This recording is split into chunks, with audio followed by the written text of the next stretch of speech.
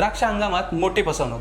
द्राक्ष उत्पादक बांधवांनो, हंगामात माल विक्रीची घाई असते, पण याच घाईत काही शेतकऱ्यांना मोठा फटका बसल्याची बातमी समोर आली आहे. सांगली भागात द्राक्ष हंगामात व्यापाऱ्यांनी माल उचलला, पण पैसे देताना टाळाटाळ केली. काहींनी तर सरळ संपर्कच बंद केला. अनेक व्यवहार तोंडी झाले होते, म्हणून शेतकऱ्यांकडे पुरावा सुद्धा उरला नाही.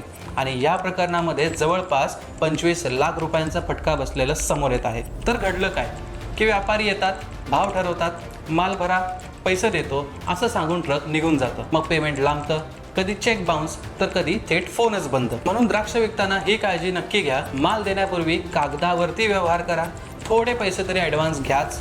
व्यापाराची चौकशी करा, बिल, पावती, ऑनलाईन पेमेंटचा पुरावा ठेवा आणि नंतर देतो या शब्दावर माल अजिबात सोडू नका. हंगामात घाई होते, पण सावध राहिलात तर लाखोंचा तोटा टळू शकतो. आणि ही माहिती आपल्या शेतकरी मित्रांपर्यंत नक्की पोचवा.